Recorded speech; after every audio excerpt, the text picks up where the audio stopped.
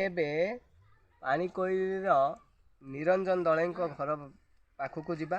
ସେ ଭାଇଙ୍କର ଗୋଡ଼ର ଅବସ୍ଥା ଦେଖିବା। ଜିଲ୍ଲା ପ୍ରଶାସନ କ'ଣ ସେଥିପ୍ରତି ଧ୍ୟାନ ଦେଇଛନ୍ତି ଆଉ ଏ ସ୍ଥାନୀୟ ପ୍ରଶାସନ କ'ଣ ଧ୍ୟାନ ଦେଇଛି ସେ ବିଷୟରେ ସାଧାରଣ ଜନତା ଦେଖିବେ ଏବଂ ପ୍ରଶାସନ ବି ତାକୁ ଦେଖିବ।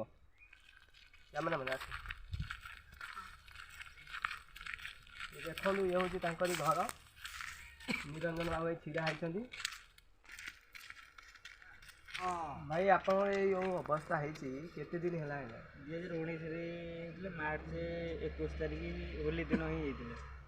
ହୋଲି ଦିନ ହେଇଥିଲେ ମୋର ଆକ୍ସିଡେଣ୍ଟ 10 ଚକିଆ ମୋତେ ବାଡ଼ିଲା ପରେ ମୁଁ ଟାଉନ୍ ମେଡ଼ିକାଲ ପାରିଲା ରିଫର କରିଦେଲା କଟକ ମେଡ଼ିକାଲ 4 ମାସ 6 ମାସ ପଡ଼ିଲି। 6 ମାସ ଭିତରେ ସେ ବି ମୋତେ କଟକ ମେଡ଼ିକାଲ ବି ଡାକ୍ତର ବି ବେଡ୍ ଦେଲେଣି। ବେଡ୍ ବି 2 ମାସ ଓହ୍ଲେଇଥିଲେ କହିଲେ 15 ଦିନ ଭିତରେ ବେଡ୍ରେ ପଡ଼ିବା ପାଇଁ। ବେଡ୍ରେ ବି ସେଠି ପଡ଼ିକି ରହିଲି। ବେଡ୍ ତଳକୁ ଓହ୍ଲେଇଥିଲେ 15 ଦିନ ବେଡ୍ ତଳେ ପଡ଼ିଲେ। ତାପର ଦିନ ଅପରେସନ୍ ହେଲା। ଫନି ବାତ୍ୟା ହେଉଥିଲା। ଫନି ବାତ୍ୟା ହେଉଛି ବାତ୍ୟା ଦିନ ମୋତେ ଅପରେସନ୍ କଲା ପରେ ଅପରେସନ୍ କଲା 7 ଦିନ ପରେ ଇଏ କଲେ। ଜଙ୍ଘରୁ ଏଇ ଚଙ୍ଘରୁ ବି ଚମଡ଼ା କାଟିକି ନେଇ ପକେଇକି ତାପରେ ଷ୍ଟାପ୍ଲେଜର୍ ମାରିଥିଲେ। ଷ୍ଟାପ୍ଲେଜର୍ 7 ଦିନ ପରେ ଦେଖନ୍ତୁ ଏ ତାଙ୍କର ଜଙ୍ଘର ଅବସ୍ଥା କ'ଣ ହେଇଛି। ଗୋଡ଼ ଟୋଟାଲି ପୁରା ନାହିଁ ଯେ ସିଏ କେମିତି ଫୁଲିଛି, ଚାଲି ବି ପାରୁନାହାନ୍ତି କି ଅବସ୍ଥା। କିନ୍ତୁ ଆମ ଜିଲ୍ଲା ପ୍ରଶାସନ ଆକୁ ଟେମ୍ପୋରାରୀ ହ୍ୟାଣ୍ଡିକ୍ୟାପ୍ ସାର୍ଟିଫିକେଟ୍ ଦେଇଛନ୍ତି। ମୁଁ ଯାହାକୁ ଦେଖିଲି ଆଉ ତାଙ୍କ ପାଖରେ ତାଙ୍କ ମାଆ ବି ଅଛନ୍ତି। କେମିତି ତାଙ୍କ ପୁଅ କଷ୍ଟ ପାଉଛି ସେ ବିଷୟରେ କହିବେ ଆଉ ପ୍ରଶାସନକୁ ଅନୁରୋଧ କରିବେ କେମିତି ଏହାର ସୁଫଳ ସାଙ୍ଗେ ସାଙ୍ଗେ ମିଳିବ। ଆଜ୍ଞା ଆପଣଙ୍କ ନାମ ଫାଷ୍ଟ କୁହନ୍ତୁ। ମିନା ଦଳେ। ଇଏ ପୁଅ ଆପଣ କ'ଣ? ନିରଞ୍ଜନ ଦଳେ। କେତେ ଦିନ ହେଲା ଏମିତି ହେଲା?